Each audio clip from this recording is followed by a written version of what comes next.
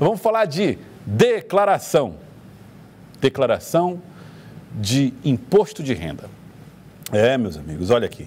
O site, né, a página oficial aí da Receita Federal já está aqui para você fazer a sua declaração. Esse aqui é o modelo básico da página inicial. A declaração começa no dia 1º de março. Olha só, aqui você já tem na nova declaração que você vai fazer aqui, nova declaração. Aí você tem a declaração de ajuste anual, né, que é a declaração que você faz. Normalmente é a mais regular, ajuste anual, que é a que nós estamos agora abrindo prazo, né, a Receita Federal.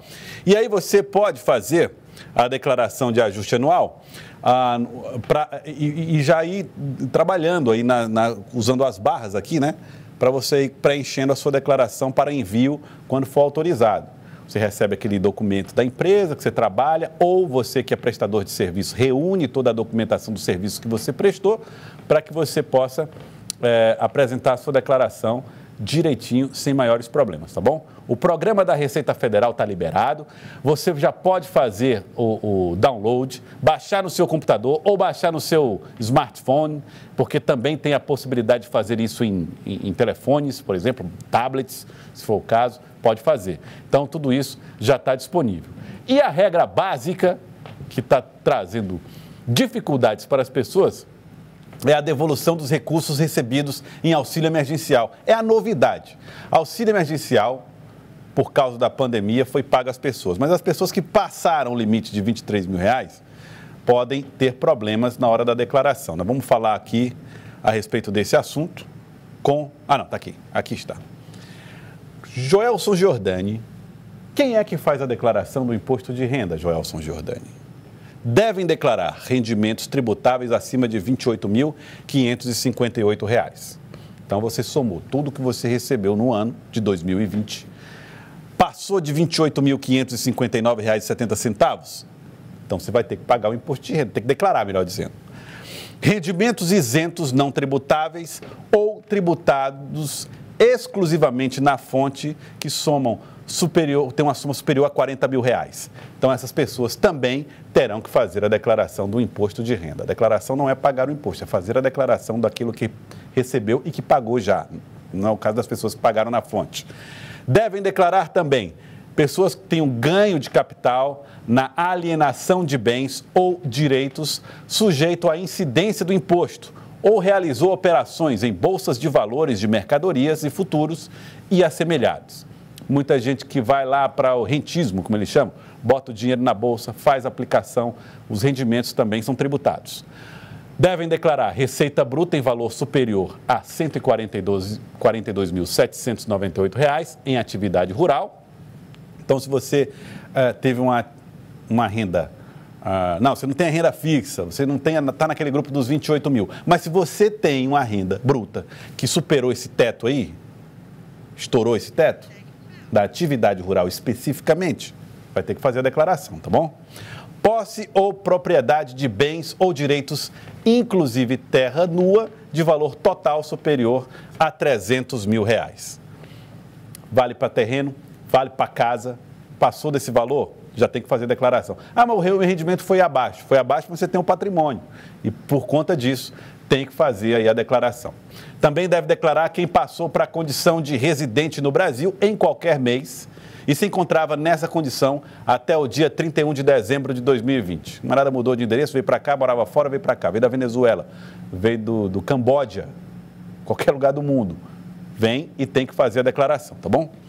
Quem passou para a condição de residente, então, deve declarar também quem estava vindo do exterior até o dia 31 de dezembro. Essas são as regras para a declaração do imposto de renda. Também deve declarar quem optou pela isenção do imposto incidente em valor obtido na venda de imóveis residenciais, cujo produto de venda seja aplicado na aquisição de imóveis e residenciais localizados no país, no prazo de 180 dias, contado da celebração da contratação do contrato de venda feito com as imobiliárias, com os donos dos imóveis. Agora, o mais polêmico, o que está levantando o maior número de discussões é este aqui que nós vamos falar agora. Pessoas que receberam auxílio emergencial, Joelson, devem declarar? Obrigatório para quem recebeu auxílio emergencial, além das parcelas, recebeu R$ 22.847,76 ou mais em outros rendimentos tributáveis. Eu vou explicar. O camarada estava aqui trabalhando, trabalhou janeiro, aí teve uma renda bacana, fevereiro, renda massa, março a mesma coisa, aí somou tudo isso, aí trabalhou abril, agosto, até agosto, sei lá, por exemplo. Esse rendimento estourou R$ 22 mil, perdeu o emprego, recebeu auxílio emergencial a partir dali. Essas pessoas que no total do ano receberam mais de R$ 22.847,76 e auxílio emergencial, precisam devolver esse auxílio, esse que o governo está pedindo.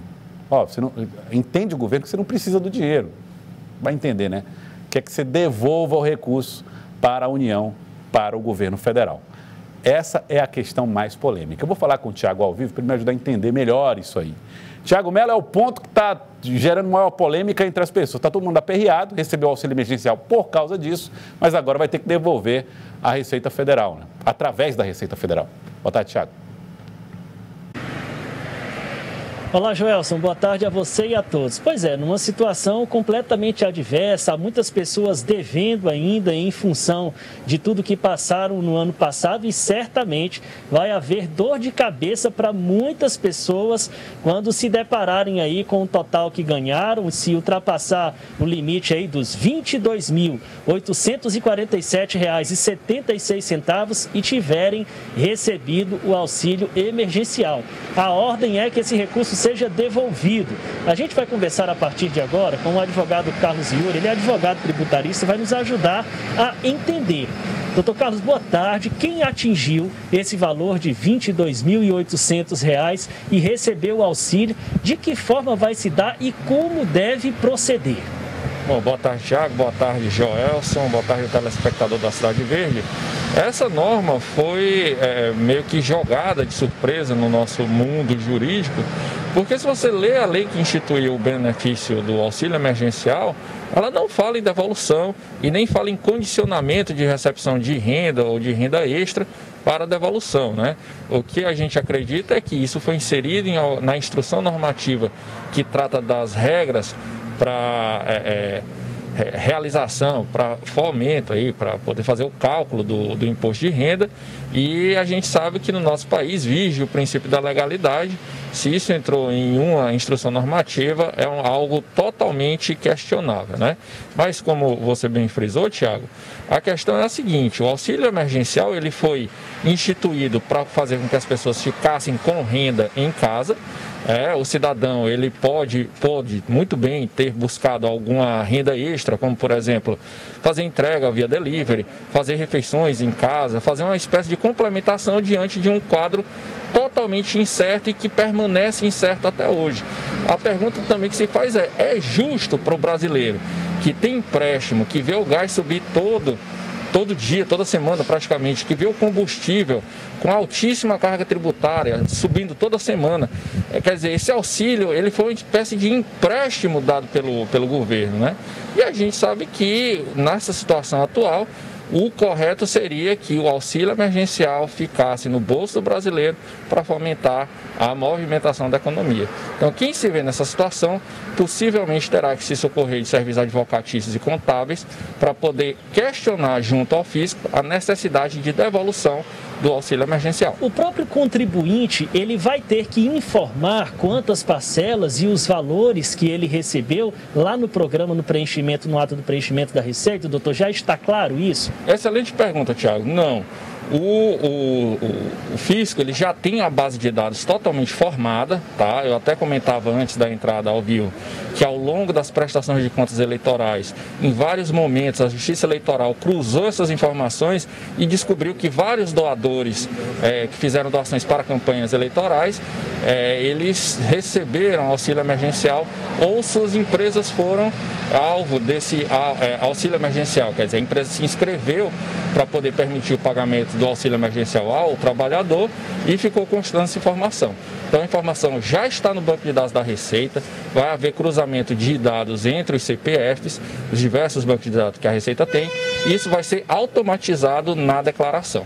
significa dizer então que no ato da transmissão o contribuinte ele deve receber ou deve ser alertado lá por meio do programa de que de fato tem essa renda relacionada ao auxílio emergencial que precisa ser considerada. Exatamente. Então, assim, no momento do preenchimento, no momento em que se vai colocar a renda recebida naquele determinado ano, quando se der o comando final para poder verificar as pendências na declaração de imposto de renda, já vai aparecer a mensagem, já vai se dizer que você está na situação de possivelmente ter que devolver o auxílio emergencial, e a orientação que a gente dá é que isso tem que ser questionado, tem que ser procurado um advogado ou um contador da confiança do contribuinte para poder não efetuar essa devolução, já que o auxílio foi pago como forma de fazer com que as pessoas ficassem em casa. Em que momento, então, o contribuinte que se sentir lesado, ele deve procurar, antes do prazo, que há um prazo para entrega da declaração, que vai de 1º de março até o final de abril.